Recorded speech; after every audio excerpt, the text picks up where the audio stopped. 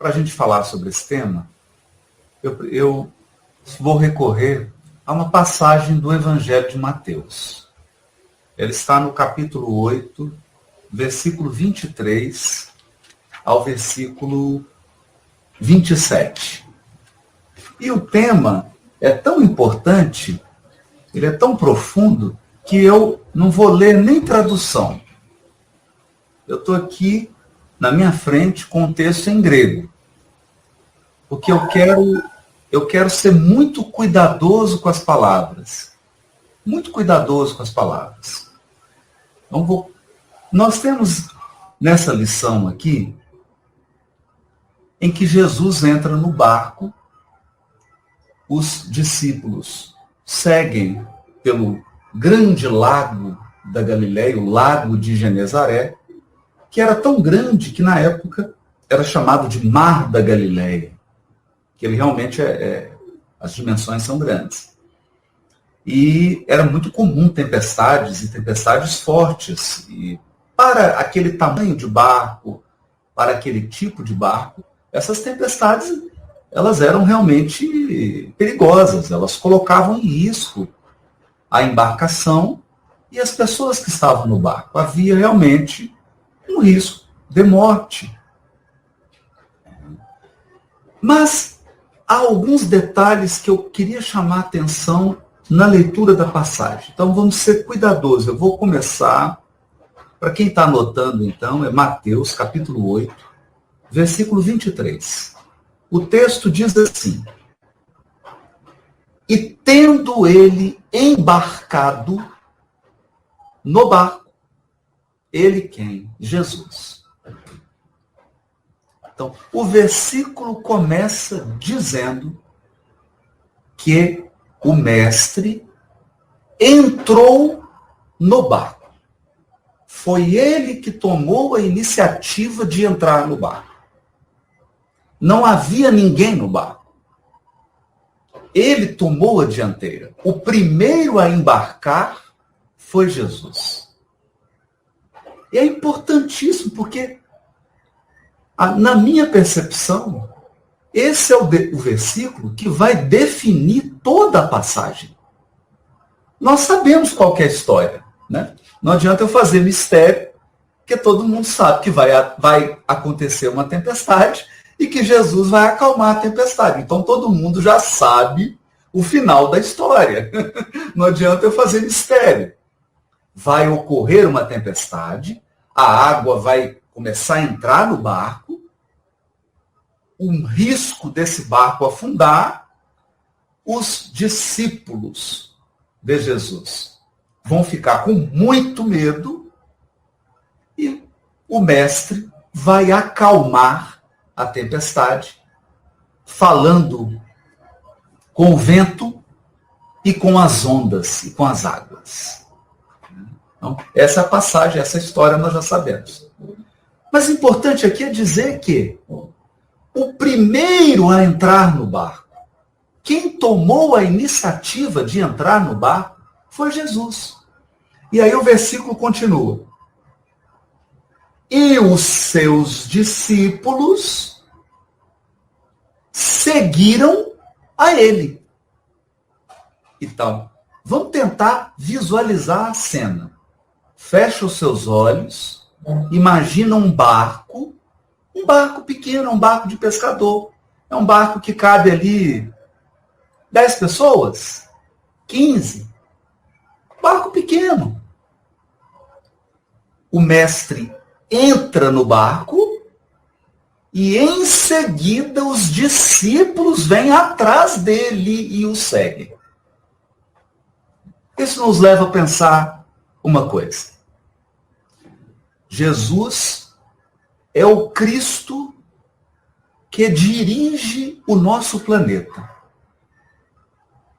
Ele é aquele espírito no mais alto grau da pureza. Ele já ocupa a hierarquia dos Cristos.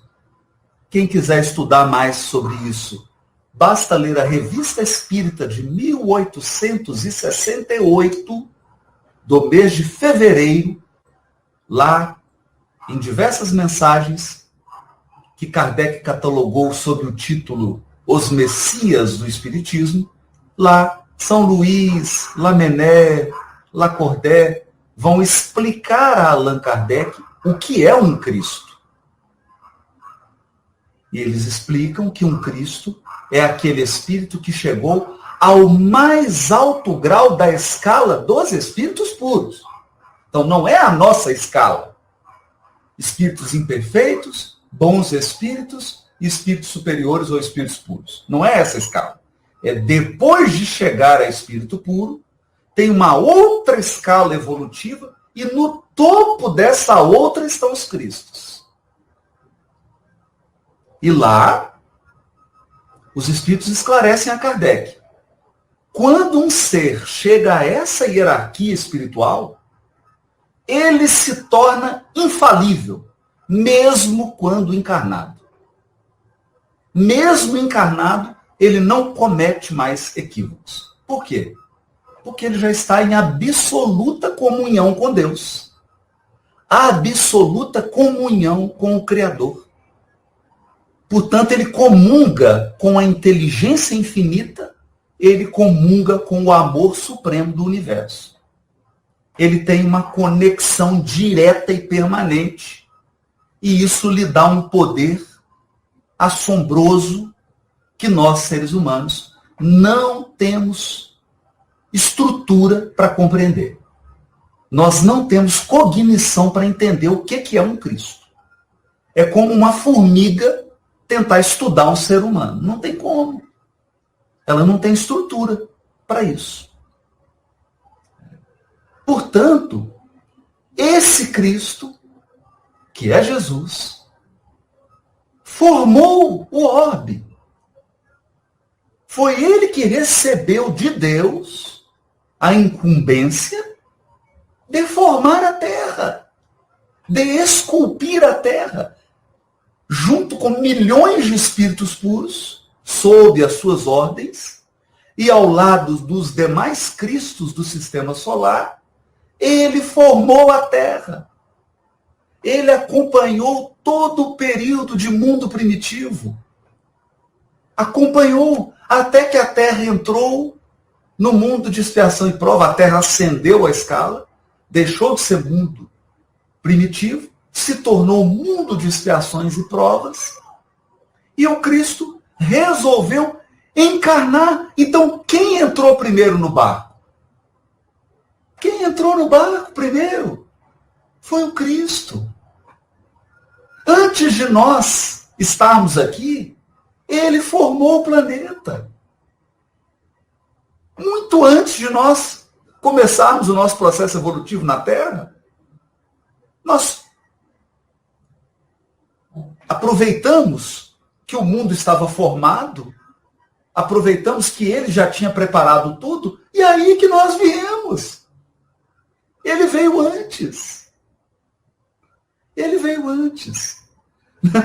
Então o Cristo não está nos seguindo. O Cristo não está vindo atrás de nós. O Cristo sempre esteve à frente. Ele sempre esteve na dianteira. Desde a formação do mundo até o momento que o mundo ingressou em expiação e prova. E por que não estaria agora? E por que o Cristo não estaria agora à frente de todos nós, conduzindo a transição planetária e preparando a Terra para ingressar no mundo de regeneração? Por que o Cristo não estaria adiante? Ele está à frente. Foi ele quem entrou no barco. Então ele entra no barco, os discípulos vêm depois. Os discípulos,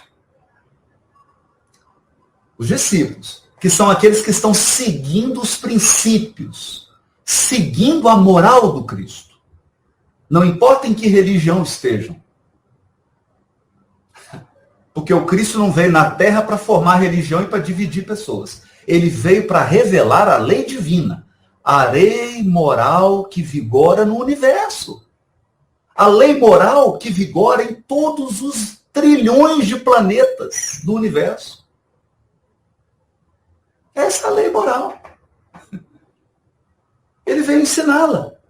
E ensiná-la vivendo. ensinar essa lei? Exemplificando. Exemplificando. Não falando. Porque falar é fácil. Difícil é viver. Então os discípulos o seguiram. Entraram no barco, claro. O barco saiu. E o texto diz assim: e eis que houve uma grande tempestade. Megas. Seismos. Né? Seismos, a palavra seismos, vem. Nós temos uma palavra em português que deriva dessa palavra grega, que é o abalo sísmico. O sísmico é o seismos. Então houve um tremor, tudo saiu do lugar. Tempestade. As coisas saem do lugar. O que nós estamos vivendo agora? Nós estamos vivendo um abalo sísmico, está tudo fora do lugar. É pandemia, é quarentena, é problema social, é violência, é tudo. Nós estamos vivendo esse abalo sísmico, essa tempestade. No mar da vida, no mar da encarnação. Porque encarnar é mergulhar no mar. Como é que você faz para encarnar? Você tem que mergulhar num útero cheio de líquido amniótico. Mais de 80% do nosso corpo é água. Encarnar é mergulhar no mar. É mergulhar no mar da vida corporal. E a vida corporal é cheia de vicissitudes. A gente nasce, envelhece, adoece, morre, passa por uma série de aflições. Porque isso faz parte do mar da vida corporal. Faz parte. Então, aquele abalo sísmico no mar, aquela tempestade no mar, a ponto do barco ser coberto pelas ondas. Que é o que está acontecendo agora. O desespero está tomando conta dos desencarnados. Desespero. Desespero é aquele sentimento em que eu não vejo saída, em que eu acredito que tudo é um caos, que tudo vai dar errado, que não tem mais solução. Isso é desespero. Total desespero. E o Cristo? E o Cristo? Ele deitou no cantinho do barco e dormia. O Cristo entrou primeiro no barco, foi para o cantinho e dormiu durante a tempestade. Qual o simbolismo disso? Qual o simbolismo? O que está querendo dizer aqui? Então, aqui está nos transmitindo uma lição muito importante. A lição de que, nos momentos de desafio, de expiação e prova, os benfeitores espirituais não podem assumir a condução da nossa vida. Eles não podem passar pela prova por nós. Não existe substituto para viver a prova por você. Não existe. Não é? Então, nós temos que encarar os nossos desafios, as nossas expiações. Então, o Cristo se apaga. O Cristo se apaga. O Cristo supervisiona. O Cristo observa.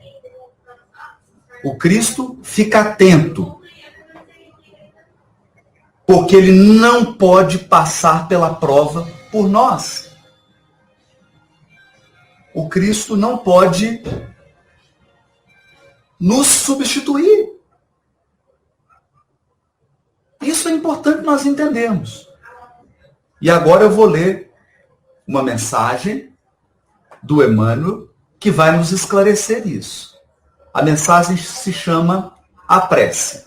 Emmanuel diz assim: a oração não será um processo de fuga do caminho escuro que nos cabe percorrer. Olha o que Emmanuel está dizendo. A oração não será um processo de fuga do caminho escuro que nos cabe percorrer, mas constituirá uma abençoada luz em nosso coração, clareando-nos a marcha. O que Emmanuel está dizendo nesse parágrafo? Nas encarnações passadas, ao longo da nossa evolução, nós criamos caminhos escuros. Eu vou dar um exemplo para não ficar uma coisa filosófica. Eu hoje estou de plantão. Estou fazendo essa live aqui, mas eu estou de plantão forense, plantão criminal. Então, meia hora antes de começar essa live, eu determinei a prisão de uma mulher que matou o marido. Hoje. Assassinou com um tiro. Eu determinei a fiança de um rapaz que saiu dirigindo embriagado e atropelou um motoqueiro. Hoje. Então, enquanto tem criaturas que estão agora, hoje, vivendo e gerando luz, tem outras que estão gerando sombra. Enquanto algumas estão resgatando, outras estão criando expiação para si mesmas. Se eu crio caminhos escuros, depois eu vou ter que percorrê-los. Não é Jesus que vai percorrer por mim. O Cristo podia estar num paraíso celeste. Ele não precisava estar dirigindo a terra. Ele não precisava ter vindo aqui. Ele poderia estar gozando a felicidade absoluta dos Cristos. Ele não precisava estar passando pela tempestade. A tempestade não era para ele. A tempestade não era para ferir Jesus. A tempestade não era uma experiência para ele, era uma experiência para os discípulos. Por isso que ele se recolheu. Ele ficou no barco, ele entrou primeiro. Então, amigas e amigos queridos, o Cristo está no lado, ao nosso lado. Ele veio antes. Ele está acompanhando a nossa encarnação antes da gente encarnar. Ele está acompanhando o mundo desde a formação. Ele entrou primeiro no barco.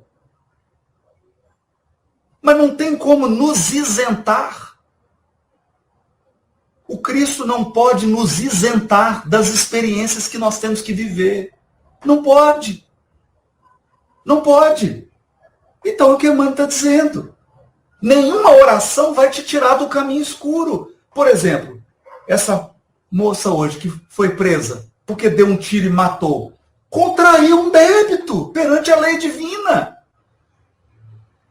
Não existe exceção. Ninguém vai podê-la isentar desse débito perante a lei divina. Esse caminho escuro, ela vai ter que percorrer. Só que eu posso percorrer esse caminho desesperado, revoltado, sem nenhum ânimo, ou eu posso percorrer esse caminho com a luz da fé, com a luz da oração, clareando, me ajudando, me fortalecendo. São duas maneiras de percorrer, mas Deus não vai me isentar. Aí Emmanuel continua. Não representará uma porta de escape ao sofrimento regenerativo de que ainda carecemos. Mas a oração expressará um bordão de arrimo, um cajado para você segurar. Então, os sofrimentos regenerativos não serão afastados. Mas nós podemos receber um bordão um cajado para a gente se apoiar, para a gente não cair. Não será privilégio que nos exonere da enfermidade retificadora, ambientada em nosso próprio templo orgânico, pela nossa incúria e pela nossa irreflexão no abuso dos bens do mundo. Entretanto, a prece comparecerá por remédio balsamizante e salutar, que nos renove a energia em favor da própria cura. Então, a oração, a presença de Jesus não vai nos isentar das enfermidades que nós mesmos geramos. Não é? E aí Emmanuel conclui assim: ainda mesmo que te encontres no labirinto quase inextricável das provações inflexíveis, olha isso, labirinto quase inextricável das provações inflexíveis, ainda mesmo que a tua jornada se alongue sobre o granizo da discórdia e da incompreensão, em plena sombra, cultiva a prece, com a mesma persistência a que te induzas na procura diária da água para a sede e do pão para a fome do corpo. Busca a prece igual você busca a água, igual você busca comida todo dia. Mesmo que você esteja numa profunda tempestade, na dor, a prece será o divino consolo. Na perturbação, ela constituirá uma bússola. Bússola. Porque na tempestade, a única coisa que você não pode fazer é perder o rumo. É perder o rumo. É perder sua bússola. E a prece te ajuda. Não ouvides que a permanência na terra é uma simples viagem educativa de nossa alma, no tempo e no espaço. A permanência na terra é uma simples viagem. Porque todos estão acompanhando aqui, todos nós temos o bilhete da vinda e temos o bilhete da volta. Todos nós vamos voltar. O que são 70, 80, 90, 100 anos? Isso passa voando. Voando, voando. Nós não podemos esquecer, isso aqui é uma viagem breve. Estar encarnado é uma viagem breve. Tudo que nós estamos vivendo aqui na encarnação é provisório. Tudo, até o seu corpo físico. Tudo é provisório. Então, por que encarar como se fosse definitivo? E não te esqueças de que somente pela oração descobriremos cada dia o rumo que nos conduzirá de retorno aos braços amorosos de Deus. E foi o que aconteceu. Jesus dormiu no barco por quê? Porque os discípulos vão ser fortes. Jesus não pode enfrentar a tempestade. Jesus não pode viver as minhas expiações, as suas. Não é ele que vai passar pelas provas que nós temos que passar. Ele fica do lado observando. E aí o que aconteceu? Os discípulos se aproximaram dele e o acordaram. Senhor, salva! Nós estamos morrendo, estamos perecendo. Que é o que está acontecendo. Está acontecendo. Quer dizer, desesperaram. Desesperaram. Aí Jesus levanta e diz para eles: olha a firmeza de Jesus. Eu vou ler aqui. Olha isso. Eu vou ler porque é o texto grego. Ti deiloi este. Por que sois covardes? Essa expressão. Eu não sei se foi Mateus que escreveu assim, mas Porque Jesus tinha umas expressões duras. Tinha umas expressões duras. Ele levantou e falou assim, por que vocês são covardes? E ainda diz assim, oligopistoi. Crentes pequeninos, porque pistoi é o que crê, aquele que tem fé. E oligo é pequeno. Então, é como se fosse assim, pessoas de fé pequena. Por que vocês são covardes? Pequeninos da fé. Olha, que chamada de atenção. Puxou a orelha com amor. Mas Jesus não é só energia. Jesus não é só disciplinador. Jesus não é só aquele que diz a verdade. Jesus também é misericórdia. Então, depois de dar um puxão de orelha, a minha orelha está doendo até agora. Porque sois covardes, pequeninos da fé.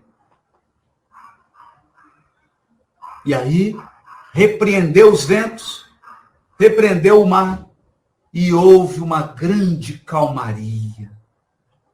E as pessoas se maravilharam, dizendo, qual a natureza desse ser, que até os ventos e o mar lhe obedecem? Qual que é a natureza desse ser? Nós sabemos. É um Cristo planetário. É um co-criador em plano maior.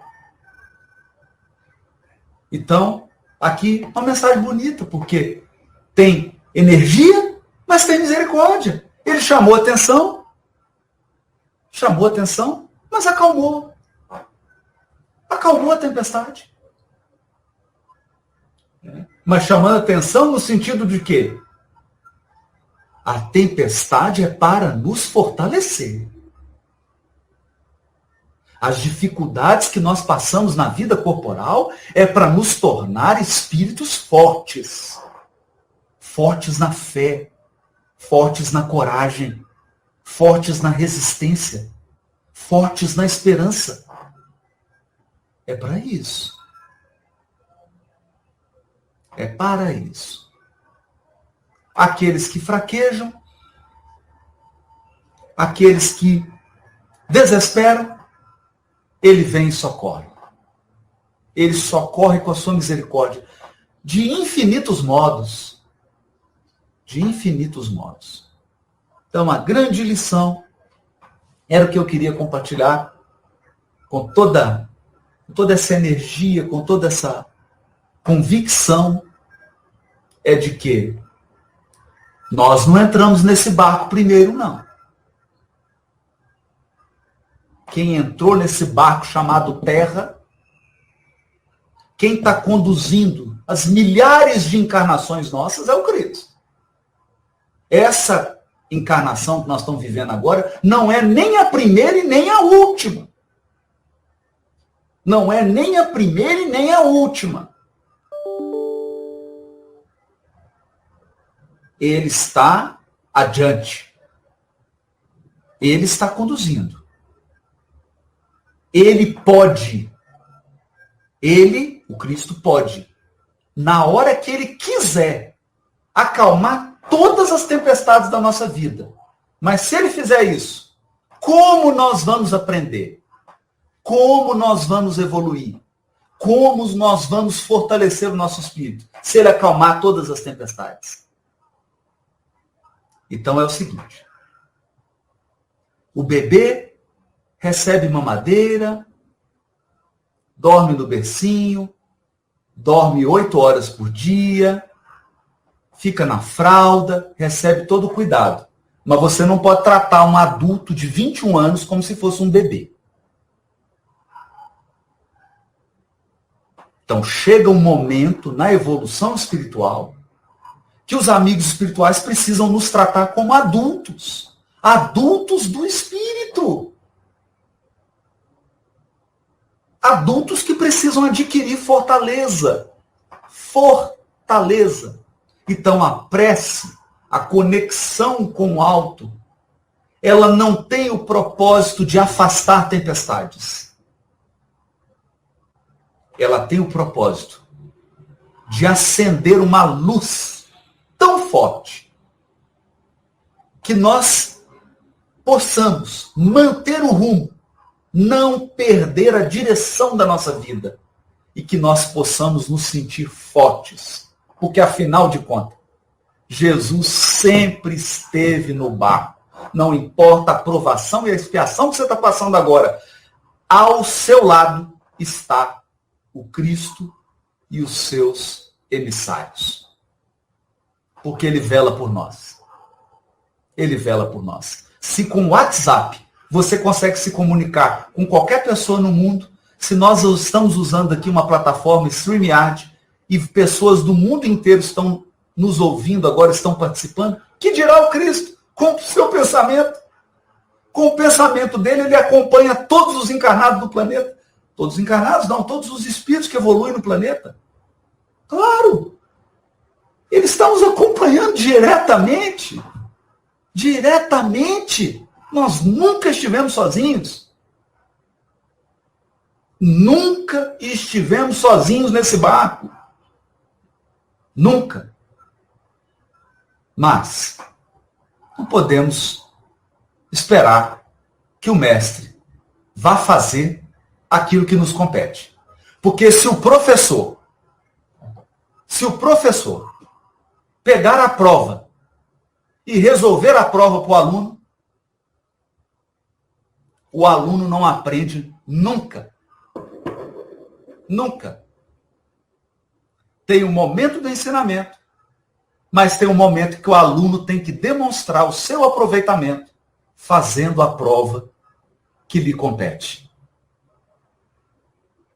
Eram essas palavras singelas, emocionadas, que a gente queria compartilhar com todos, lembrando aí o aniversário do nosso Allan Kardec, esse missionário cujo trabalho nos deu a condição de entender as realidades do Espírito. Nós temos que pensar Jesus como um guia e modelo. Então não é só o bom humor. Jesus tem todas as virtudes num grau superlativo. Então ele tem a fé num grau superlativo. Ele tem a esperança num grau superlativo. Ele tem a alegria num grau superlativo. Mas ele tem também a vigilância num grau superlativo. Então, quando a gente olha para ele, essas virtudes, coragem, humildade, alegria, bom humor, esperança, fé, estão num grau extraordinário. Mas, com certeza, a gente precisa... o que Kardec diz no Evangelho segundo o Espiritismo? Quando ele fala do ponto de vista. Olhar para a encarnação de um ponto de vista espiritual. Né? Isso vai nos ajudar a rir de algumas coisas que são pequenas, que são provisórias, que são temporárias, que às vezes a gente se chateia tanto, e quando você olha da perspectiva espiritual, a gente consegue colocar aquilo no devido lugar, no devido tamanho. É claro que às vezes não dá para rir de certas experiências, porque elas são muito dolorosas, elas são muito desafiadoras, mas nessas horas não é o bom humor, não é a alegria que vai fazer o trabalho, nessas horas é a fé, a esperança, a perseverança, o amor que vai nos conduzir para que a gente possa atravessar essas turbulências tão difíceis da vida. Está lá no A Caminho da Luz, na direção de todos os fenômenos da vida de nosso sistema, existe uma comunidade de espíritos puros e eleitos pelo Senhor da vida, da qual Jesus é um dos membros. Então, o sistema é dirigido por uma Assembleia de Cristos. E cada orbe, naturalmente, possui o seu governador, o seu coordenador. Como é esse processo de escolha, eu não sei. Isso aí. E duvido de algum encarnado que saiba. Porque isso aí é questão da vida dos Cristos, né? A gente não tem. Mas basta a gente pensar assim. Quando Jesus encarnou, quem ficou governando o orbe? Quem assumiu o seu lugar? Então, esses são processos que nós não sabemos. E eu vou dizer uma coisa. São processos que... o que isso vai afetar a nossa evolução aqui, né? O importante entender é que existe uma Assembleia de Cristos. Essa Assembleia dirige o sistema solar. E o designado para governar a Terra é Jesus. E, naturalmente, cada orbe tem um membro dessa Assembleia diretamente designado para coordenar aquele orbe. Agora, como é que é o processo? Se há rodízio, se não há, se tem um, se tem dois, aí isso nós não sabemos. Aí é demais para a gente. Acho que o Cristo deixou aqui, porque a gente percebe que do momento que ele foi acordado, a solução dele foi dupla. Então, ele esclareceu e depois ele consolou. Então, consolo e esclarecimento. Eu acho que é isso que nos compete. A pessoa chega, se ela chega desesperada, em pânico, completamente desalinhada emocionalmente, a gente consola primeiro. Consola, dá o passe, pega uma orientação espiritual, encaminha ela para toda a rede de assistência que a Casa Espírita tem. Agora, os grupos não podendo, tem outros meios, o telefonema, a mensagem, os meios que estão de consolação. Uma vez consolado, esclarecimento. Se a pessoa chega desorientada, esclarecimento primeiro. Esclarecemos, depois consolamos. Porque a doutrina espírita tem esses dois elementos. Ela tem elemento para esclarecer e ela tem elemento para consolar. Então a gente é lindo porque há um capítulo no Evangelho segundo o Espiritismo, que é o capítulo O Cristo Consolador.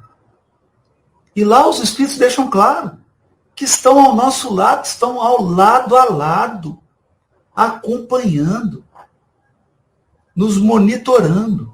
Então tem uma ação ativa de acompanhamento, de consolo, de tutoria. Mas também é preciso que a gente mude a nossa mente. É preciso que eu compreenda que eu sou um espírito imortal, que essa vida não é a única, que a vida, que a permanência na Terra é uma simples viagem educativa. Então, também a pessoa precisa mudar a mentalidade dela. Precisa mudar a mentalidade. Então, eu acho que é nessa linha de consolar e esclarecer. Se a pessoa chegou desesperada, primeiro a consolação. Se ela chegou desorientada, primeiro o esclarecimento. Mas sempre dar os dois. A advertência de Jesus, né? Ele chama a atenção dos discípulos dizendo isso, porque fé é confiança. Fé não é acreditar. Fé é confiar. Então eu gosto de, só para a gente entender a diferença, tem uma historinha que é linda. Uma criancinha de 7 anos de idade está na primeira poltrona do avião. E aí vem uma senhora e senta ao lado dela, da criancinha de 7 anos. O avião decola, depois de meia hora voando, eles pegam uma turbulência, esse avião começa a tremer e dá umas quedas, e a senhora fica gelada, a mão dela fica fria, ela começa a tremer. Quando ela olha para a criancinha que está do lado dela, de 7 aninhos, a criança está tranquila, está lá com um tablet na mão, jogando, e ela num desespero, a senhora desesperada, quase querendo levantar da poltrona, e a criança tranquila, ela fala, minha filha, você não tem medo? Ela fala, não, estou tranquilo. Falo, mas por que você está tão tranquila? Ela fala assim, porque meu pai é o piloto.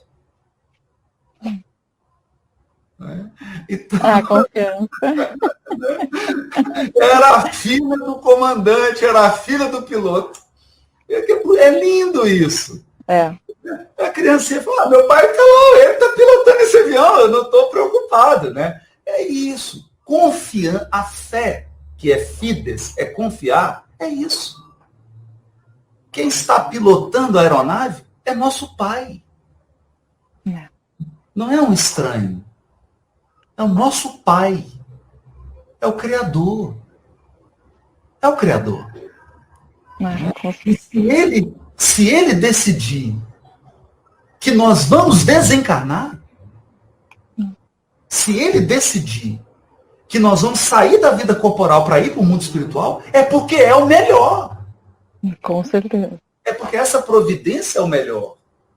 Se não foi causado por nós, se não foi causado pela nossa imprudência, pela nossa irreflexão, se foi um processo natural, que não contou, né? Não foi algo que a gente provocou, né? Não estou falando aqui disso. Confiar. Quem está direcionando os processos é o nosso Pai. Isso é fé. Foi isso que Jesus quis dizer. Né? Vocês não confiam? Eu estou dentro do barco. Eu estou dentro do barco. Duas coisas que a gente precisa considerar. Primeiro o mundo está no auge de uma transição planetária. Então, nós imaginarmos que a pátria do Evangelho seria uma ilha paradisíaca em meio à tempestade do mundo, não é justo. Então, a pátria do Evangelho está mergulhada nas tempestades, no caos que o planeta Terra está mergulhado. Porque o planeta Terra está mergulhado em uma grande tempestade. Tempestade, inclusive, que foi predita pelo próprio Cristo. Nós vamos lá no capítulo 25 de Mateus, sermão profético, ele delineou todos esses quadros. E a Terra inteira está vivendo isso. Né? Então, o que significa isso? Espíritos perturbados que estavam em regiões inferiores do mundo espiritual reencarnaram em massa, provocando uma mudança completa no panorama do mundo físico, porque eles vêm com hábitos, com vícios, eles vêm com ideias, com comportamentos completamente desequilibrados. Então, isso é transição planetária.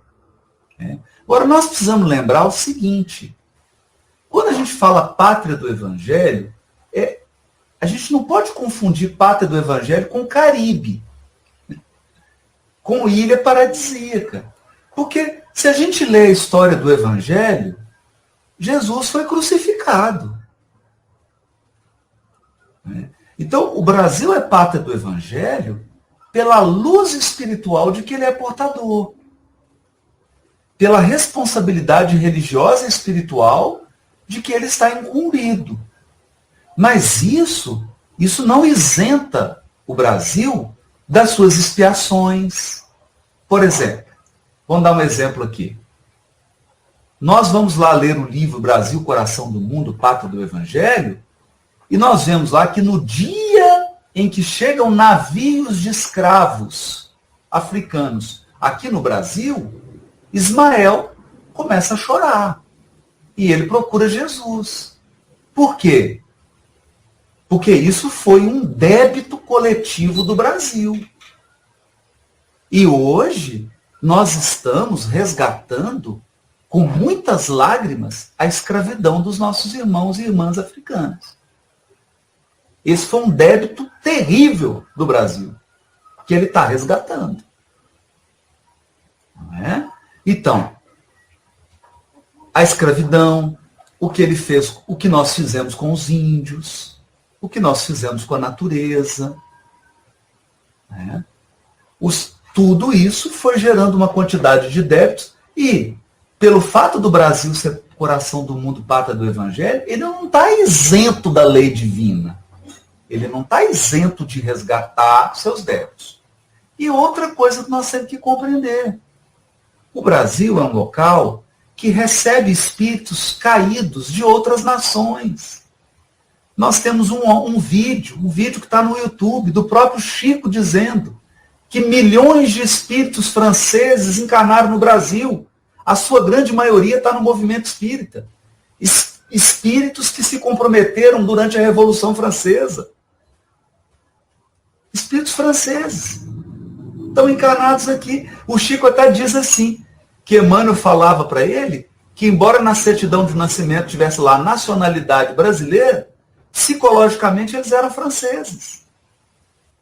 Então o Brasil também tem essa característica de ser um local de acolhimento. Então aqui nós temos espíritos de outras nações que caíram espetacularmente ao longo da história. Noite de São Bartolomeu, Inquisição, Revolução Francesa, queima as bruxas, perseguições, e vem para cá resgatar. Esses espíritos, quando encarnam aqui, vão fazer o quê? Vão ser isentados das suas expiações? Não, claro que não. Então o Brasil é palco de resgates. É também palco de expiações. Precisamos compreender isso. Né? Porque senão a gente fica imaginando uma ilha de ventura, um paraíso em meio a um mar de dor. Não é isso. Isso não é evangelho. Né? Bom, aí eu vou chamar a atenção para o esclarecimento que está lá no livro Nosso Lar. No livro Nosso Lar. O livro Nosso Lar, ele descreve a Segunda Guerra Mundial da perspectiva dos espíritos. E lá, pois procura lá no livro Nosso Lar, lá está dito o seguinte, que os espíritos superiores já previam que a humanidade estava caminhando para aquele precipício. Mas nós temos que entender uma coisa. Livre-arbítrio é uma lei divina. É uma lei divina. Deus não permite interferência no livre-arbítrio. Nós precisamos entender isso. Precisamos compreender.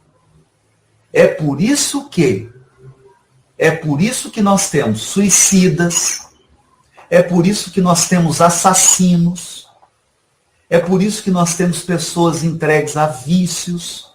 Por quê? Porque livre-arbítrio é sagrado. Nenhum espírito está autorizado a interferir no livre-arbítrio do outro. Nós precisamos compreender isso. E lá no livro Nosso Lar, mostra o gigantesco trabalho dos espíritos durante a Segunda Guerra Mundial. É um trabalho avassalador que eles tiveram. Muito trabalho.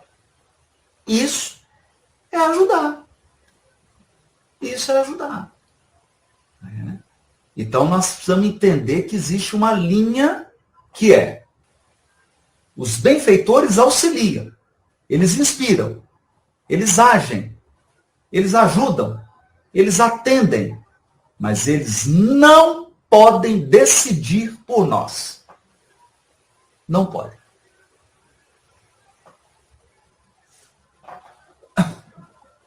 Esse é um princípio da própria justiça, né, Haroldo? Da própria justiça. Porque senão, se um espírito benfeitor decide por mim, se eu cometo, se a decisão for errada, quem que vai resgatar? Quem decidiu. Não, então, a cada um segundo as suas obras.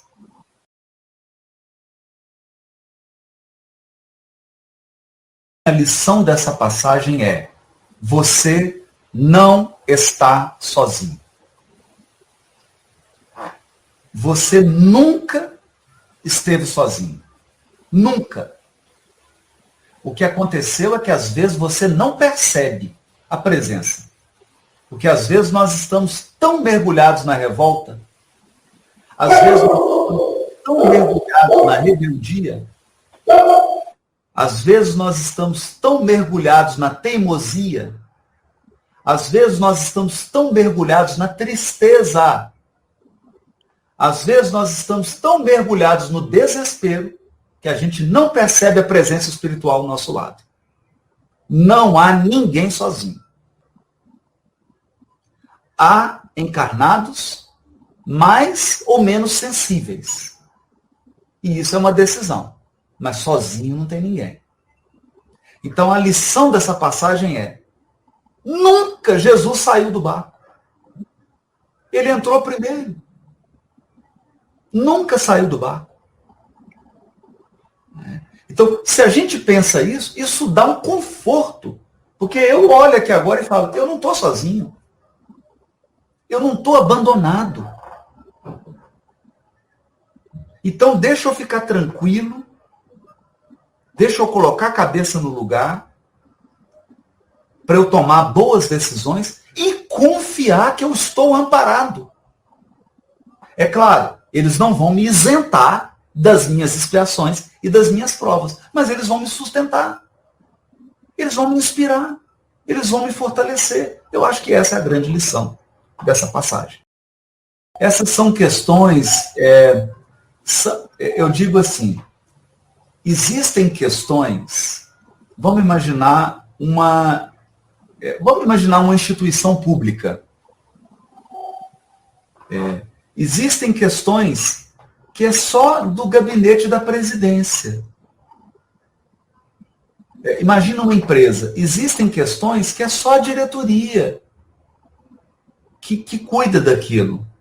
Então, existem questões da terra que é só os cristos que sabem e só eles que decidem.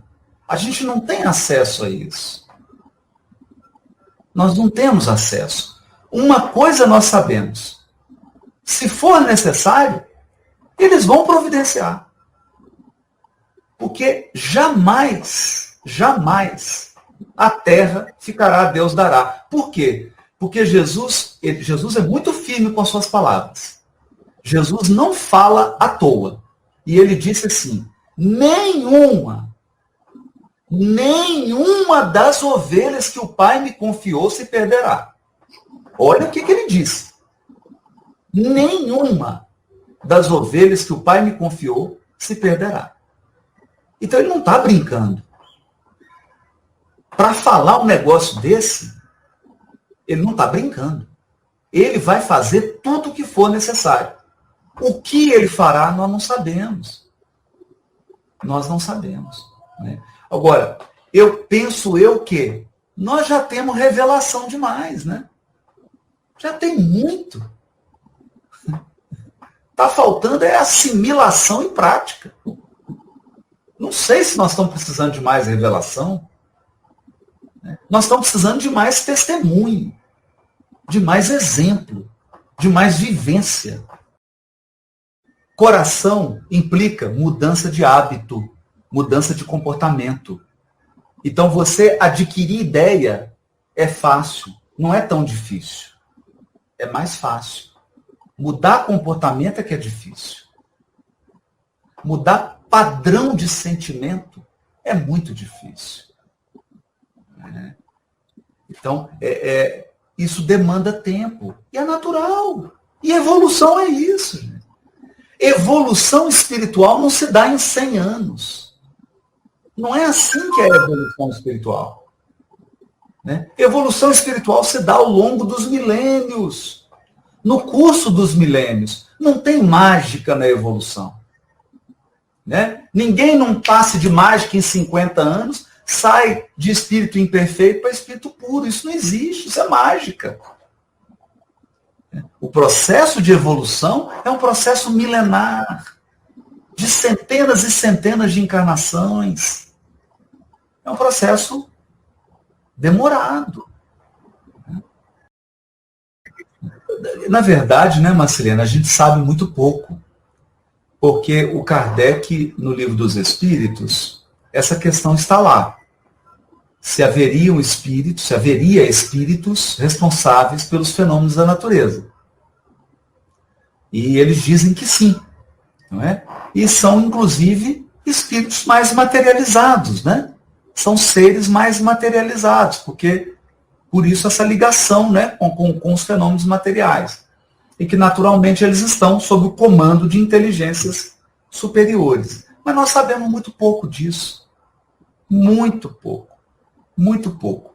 E tem que tomar cuidado com as literaturas que são meio fantasiosas, né? Porque senão, dependendo da literatura, a gente começa a acreditar em duende, conto de fada, e fica perigoso. Fica muito místico, né? É um processo natural, ordenado.